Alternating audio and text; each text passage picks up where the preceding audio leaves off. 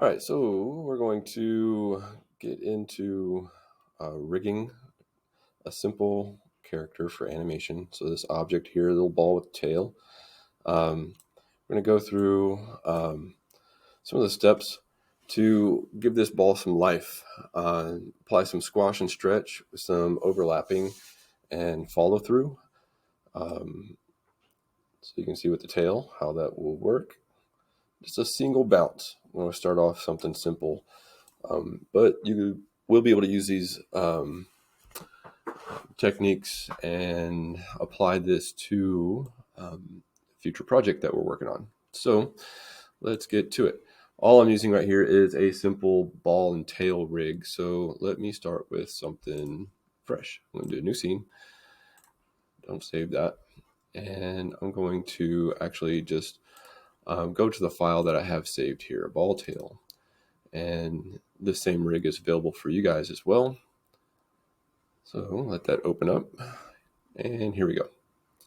So let's break this down a little bit. I have I'm letting it catch up to what we're doing here.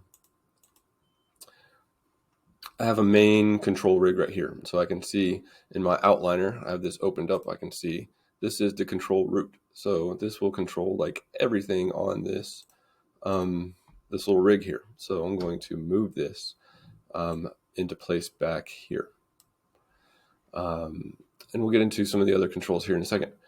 I want to make sure I'm going to change my timeline here to, let's say, 60 frames. And let's start with getting this guy ready to jump. I'm going to make him do a single jump to the halfway point here. So in the middle of this plane is where it's going to go. I'm not going to do this with this main root control. Instead, I'm going to do this with the center ring right here, which if I go and trace this down, I can see it's within this, it's within the rig group, the control group. It is the control main. So I'm going to use this as my main,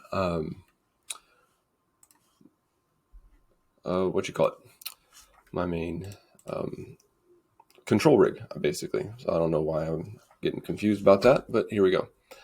So I've got this set up, and one thing that I find useful is using this right here. So I would toggle this on, auto keyframe toggle. I have that highlighted red because I want that to,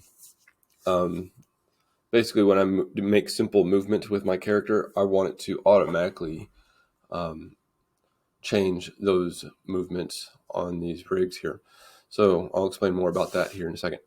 Now, to start this off, to start off with not just immediately jumping. I'm going to start off in a main position right here. So I'm going to, with this set, I'm going to, in this center ring highlighted, I pressed S on my keyboard. So I have a keyframe here.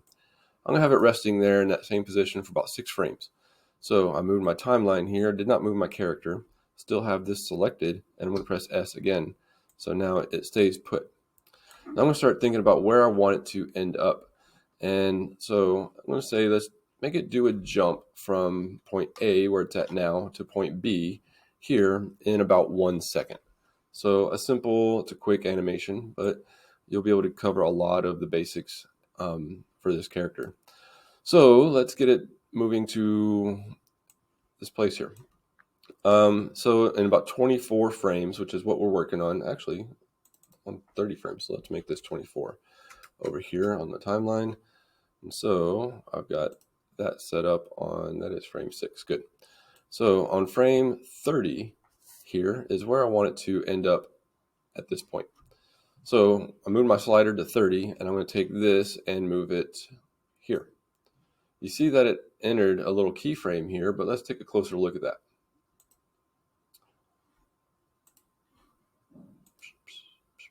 All it did was enter a keyframe at that position for the Z translation, which is not necessarily what I want to happen.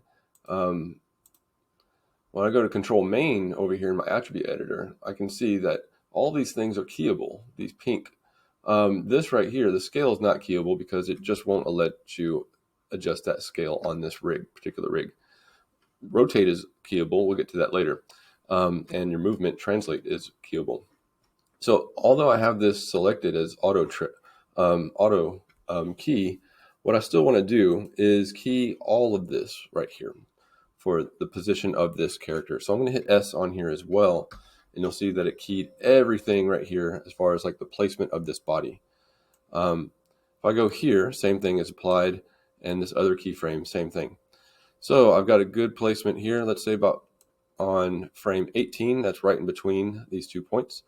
I'm going to raise this up. And you'll notice that since I have auto key, it only keyed the Y translation, X, Y, Z. So that is up here, but I want the whole position of this body to be keyed. So I'm going to hit S right there. Now I know it seems like kind of pointless that we have the auto toggle on right now, but we'll get into some places where it's going to be more useful. So this is the first thing I would do when moving a character like this, is get the main control in the right place where you want it at certain points in time. So we've created some key poses here for the main body. Now what I'm going to do is go through and start to fine tune some placements of this body as well.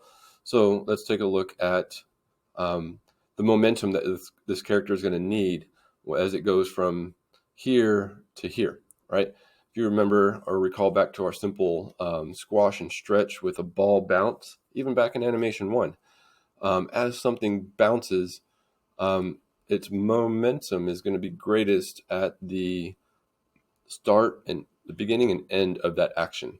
So let's take a look here. What I mean by that is I want to get this character moving in the right direction, so I'm going to rotate it. So with that main control selected, I pressed E on my keyboard for rotation, and I'm going to rotate this body this way. Right, I want it headed in the right direction right away, so I know where it's going to go. Boom, there, and then it starts to level out, because up here I want to keep it kind of like it's headed in that direction, but it starts to arc back, so it kind of tweens it for you and moves it back into place where we had it before. Now on 18, it's kind of getting its equilibrium back, and it's going to start to aim back down towards this point. So on 19, frame 19, I'm going to go to this right here and get my character aimed in the right direction. So there, and then it starts going back down this way. So that looks good. Let's see. On frame 29, frame 30, it starts to kind of level off again. I want to go back. I'm going to tweak some of this later. So I'm getting the momentum down as far as like how it's going. Now, since it's coming down kind of flat. So on 29, what I'm going to do is add a little bit of rotate there to it. Boom, boom, boom. All right. And I'm going to have this guy rest here. After frame 30, I'm going to have him rest until about frame, I don't know, let's say 40 or so. So I'm going to key all of his movements there with pressing S on the keyboard. Get that guy keyed. So let me go back to it here. Oh, I'm pressing the wrong key. That's why it's not working. S. There we go. So it's going to rest there, and there's a reason why. We'll get to the tail actions in a minute. So now let's look at some other big actions that we can do with this guy, is getting him ready to squash down. So I want some prepping, like not just immediately going to jump up, but let's get him squashing. So that's a different control. If I go up here to this guy, notice I cannot rotate this. I can move it up and down because this is his, if I trace it back to where it's at, this is his control top, which controls his squashing effects. So let's take a look here. I want this keyed at the very beginning as well. And so I'm going to key everything basically in its resting position. And I know it starts to jump at frame 6, right? So I want this guy to squash down and get some momentum before he starts to jump. But I know at frame 6, I want him to be kind of back at its normal shape.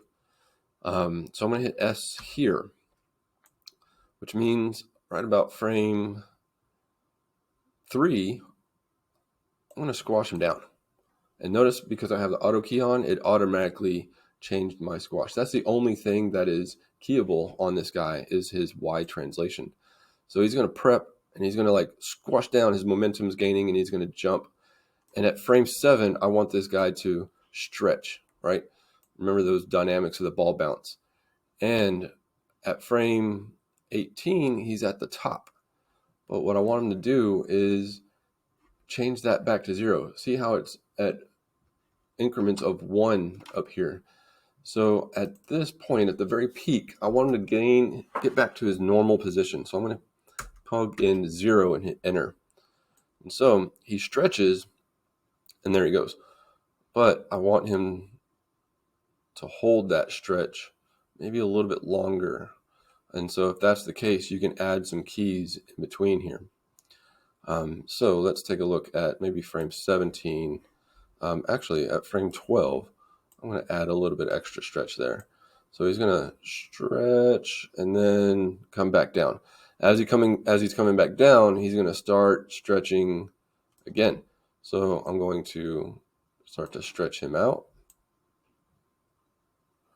And if you recall back right before the ball hits the ground, it's going to be at its most extreme. So I'm going to stretch it out right at 29. Now, I can't see what my other frames are because whenever I have a new control selected, it doesn't show me the other keys for the main. And so I know that he comes down at 30. And so right here at 29 for this top rig, it's stretched out at frame 29 to kind of get that movement there. Now on frame 30, I want him to go back down to his normal position again. So I can go back to this and hit 0. And so seems pretty extreme that it goes like that. But what's going to happen is he's going to do another little squash here on frame 33. So it looks a little bit more fluid, right? And then what would we say? Let's say frame 36, he bounces back up to 0. There we go. So we're getting a simple action down here. Just his momentum, his movement, and you kind of tweak these things as needed. So like on 17, maybe I want to add a little bit more stretch to him right there. Holds that stretch a little bit rather than just instantly going, maybe that's too much stretch, instantly going back into, he's a gooey kind of guy. So it all depends on how much you want him to stretch based on how much you want him to, what his physics are. So I've got basic movement down here, and I've got his movement with his main controls down. He's rotated, he's placed in his different parts. He's squashing and stretching, kind of how I want him to. I can go back and tweak that a bit more if I need to. I kind of want to stretch him more, but he won't stretch any more than that.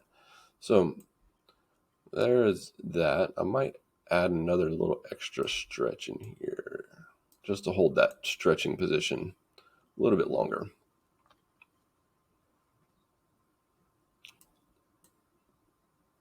There we go. Now, I'm going to get into some tricky parts here, and this is going to be his tail. And so I want him to look like he's getting some of his momentum from his tail, and it's kind of following along behind him. So what I'm going to do is kind of track where that motion starts. Tail, think about it as limbs. Each one of these limbs, these joints, are going to flex in order. So I'm going to have the first action actually happening from this joint right here. Notice I can't move it. I can rotate it though. And so as I rotate this, because it's closest to the body, it's going to be the most reactive to my character here. But before I do this, what I want to make sure of is that I have this keyed. I'm going to actually do this for all of the tail controls. I'm going to key them all at 0. Oops, let me make sure I got it. There we go. And then let's see. I'm going to key them all at frame 6 as well. So I'm going to go back, and this is its last kind of resting area where it's not really moving a whole lot. So I went through and keyed each one of these guys on frame 0 and 6. Now, on frame 7, he starts to move. And I'm only going to deal with this first closest control to the body. I'm going to make this one move quite a bit. Okay, and then up at the peak, frame 18, I want it to head back to it. The body is at its resting position. I want this to also go back to its resting position. So over here on the rotate, I'm going to put this rotate to 0. And then it starts to move again. So I'm going to rotate this up this time. On the very next frame, it auto-keyed it for me. It hits the ground on 30. And it's kind of back to its resting position. So I'm going to move this back as well. And I should probably use this. And I can tweak it a little bit more if I need to later. Okay, so now I've got a tail that follows at least the main action. I'm going to go with at 29. I want that to still be up, still falling, right? And it looks pretty abrupt, but when we add more actions to this character, like on frame 18, 17, I want this still going down, right? I want to get this tail kind of moving in the right direction. So it looks very rudimentary, very basic. Now what I'm going to do is go to my next one here. Down the tail. This one's going to follow everything the first one's doing, except it's just going to do it just a little bit slower. So maybe instead of on frame, I'll just move it just a little bit less.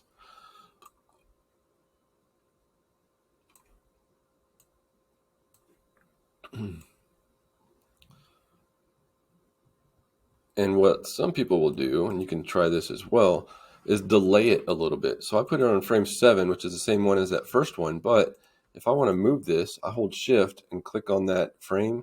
I want to shift it over 1. And so my key for that now is on frame 8, and I'm going to bend it like that. So add a little bit of extra bend to it, and then I know up here it starts to level out, frame 17. But on this one, remember, this is delayed. So you have to think about how the movement of this tail is going to look. It's flapping, kind of following behind. So on frame 18, it starts to go back to a normal position. Maybe on 18, it's still bent down. On 19, maybe I'm going to level this out and make it bend more. Let's see what. Oh, I'm grabbing the wrong control. Let me make sure I'm grabbing a single control over here. Frame. I'll set that to 0, kind of delayed.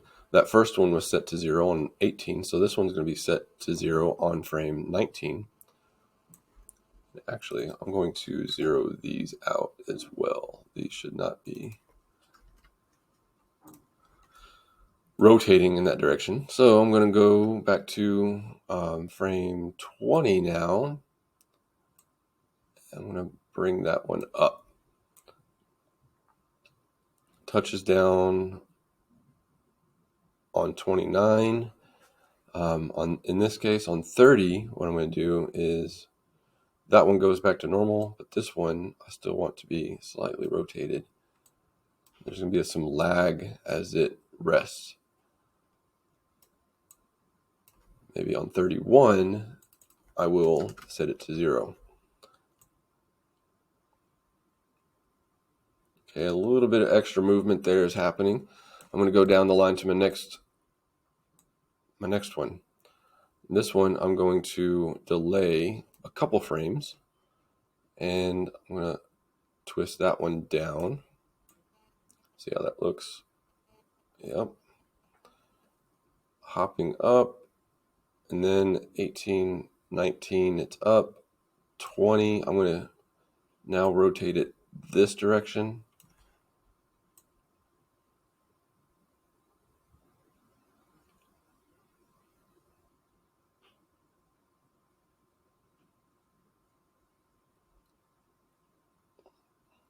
Looks a little janky because that last one has not been tweaked yet.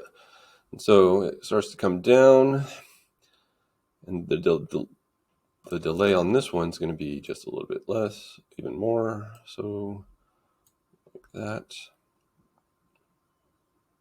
In fact, on frame 30, I want it still even more like it's catching up to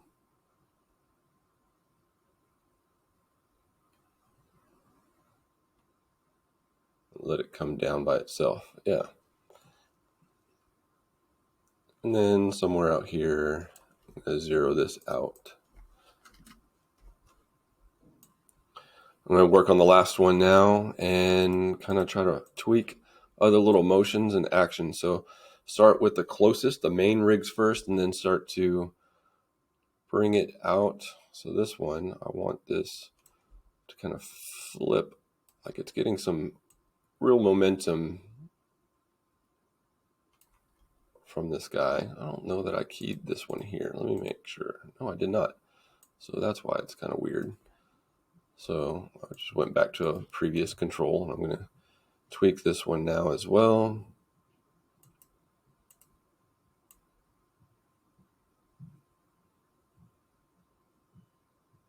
As it comes back down, I'm going to rotate this guy even more.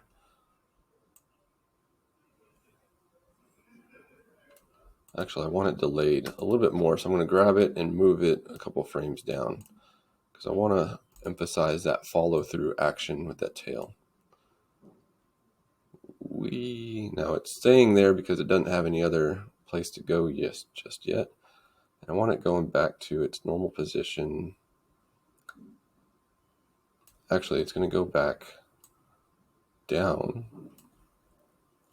and then its normal position, maybe not until frame 36 or so. So there's an extra little tiny motion that happens, a little flicker of his tail.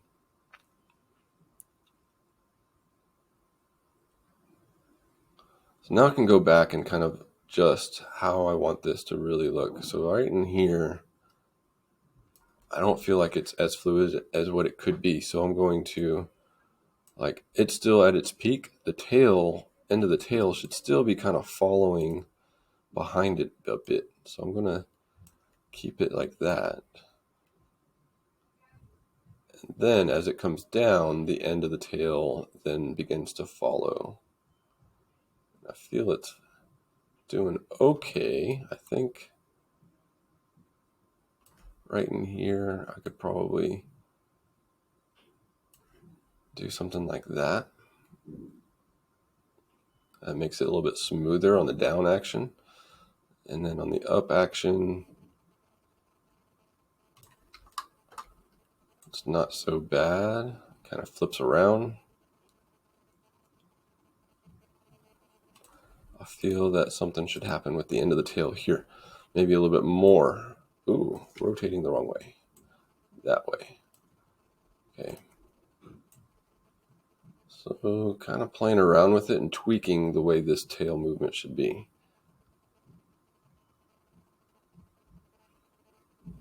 Let's take a look at when these are all planned out.